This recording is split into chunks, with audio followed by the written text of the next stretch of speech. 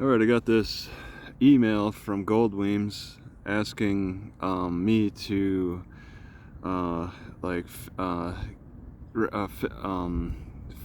like they're imploring for me to fully answer their discovery questions. So I told them that I can discuss some of the questions, and they've got back with me on that.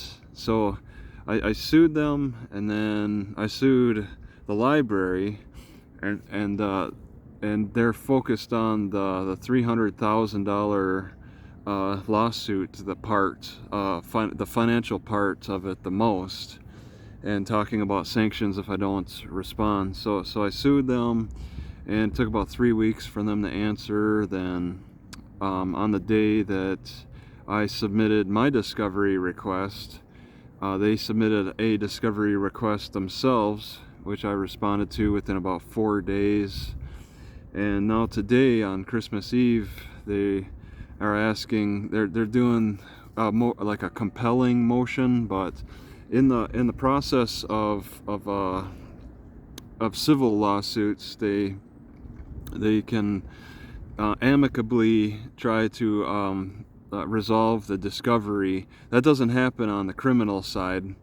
The prosecutor will just flat out refuse to talk to you. But when it's a plaintiff and defendant, then there's a provision in the statutes about amicably resolving the discovery issue, and how if it's not resolved, then they'll motion for sanctions in some way. And I've responded pretty quickly, but apparently I have 2 weeks or 15 days to respond to their discovery motion, and apparently they have 30 days. As a defendant, they're given more time to respond. So already on the same day that it was submitted, maybe like the 10th or so, they still have till January, early mid part of January to respond. If they do, I don't know how they're going to work it. And I had 2 weeks, so they can already jump in on motion to compel.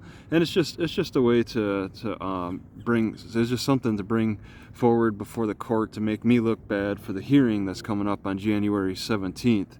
So not only have they moved to my lawsuit against the library dismissed on the grounds that it's untimely, that there's a time bar to it, because a lifetime ban has a time bar, they argue, in their ridiculous way. But also they have information they want to know, which is, it seems to be a lot focused on money, on my loss and money. Okay, so that's what they want to focus on, because I mean, it makes them money to focus on the things that are not important. Okay, so I got Google Gemini to summarize this, and I don't know, I could just show it, I suppose. Google Gemini summary. So it's let's see, this email is from opposing counsel in your lawsuits against the Natchitoches Parish Library, outlines several, why isn't this moving, deficiencies in your responses. So they're telling me I'm deficient, and they're going to sanction me for that. Essentially, they are saying you haven't adequately provided information they deem necessary to defend their case, because they need to know how much money I make when I ask for $300,000 as part of the lawsuit. And I asked punitive damages, but they've also made arguments that a government entity cannot be required to pay punitive damages. I need to look into that more. I'm not actually too familiar with all that works. Here's a breakdown of what they want and what you need to consider. The financial information, what they want. My computer's acting up. Documentation supporting your claim for $300,000. Okay. Request for production. This is likely includes tax returns, income statements. Yeah, my computer is acting up here.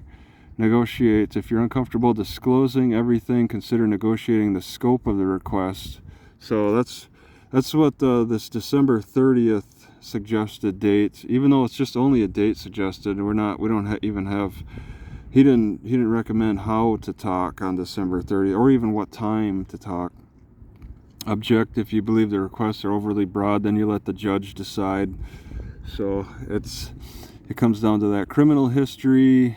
If I have any sex offender registries, and I told him that I object to that question.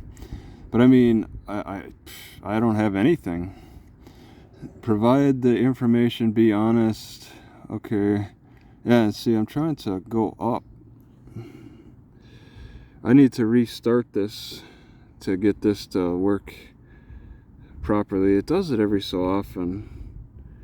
This computer. I can't just scroll up on the outs. There we go. Alright, object. You can object if it's irrelevant to the case or designed to harass you. Okay, now I want to go down to look at that again. Object to the sex offendery. See, it's I think designed to harass me. So I would create, if we're gonna have that conference on the 30th, I'll make up some arguments discussing how I think this is a harassment technique by them. And of course, why not? You know, they get paid by the hour. I don't. The city's paying them to waste their time. If you can object if you believe the requests are irrelevant to the case. Yeah, I don't see how a sex offender registry is relevant to the case, honestly. It's not like they've discovered a sex offender here. Prior injuries, let's see. They want to know about prior lawsuits, which I have none. I think I told them that I object to the question. Provide information. Yeah, I've never sued anybody before. I'm just trying to get back in the library, and they want to focus on things that are not that important to me. Social media activity, because getting back in the library really it's important to know about all your social media when you're just trying to use the library again. They have to know your social media, because their defense is going to be about social media, and they want it straight from me instead of looking me up on the internet. So it's stuff to discuss and see how what their mind frame is on this. I think it's just they're just trying to make as much by the hour from the city as they can to waste their time. And I mean, the city don't care either. The library don't care. They sound like they're really focused on keeping me out. What they want, identification. They want my driver's license. And see, that's the thing. I question why that's important. My driver's license has nothing to do with this. There was no driving infraction. Other lawsuits. Banned from other libraries. I said I was permanently banned from Williston, North Dakota Library during COVID.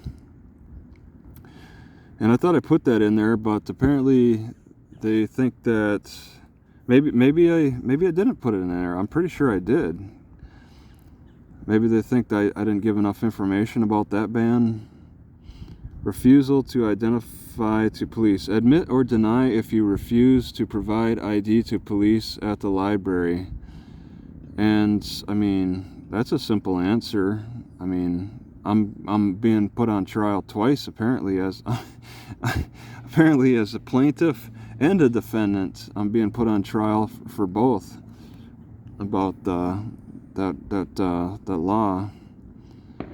Obstruction statute. One gives me jail time, one other gives me sanctions. Obstruction statute makes it a crime to refuse to identify. Request for admission. You know, I kind of forget my answer to that.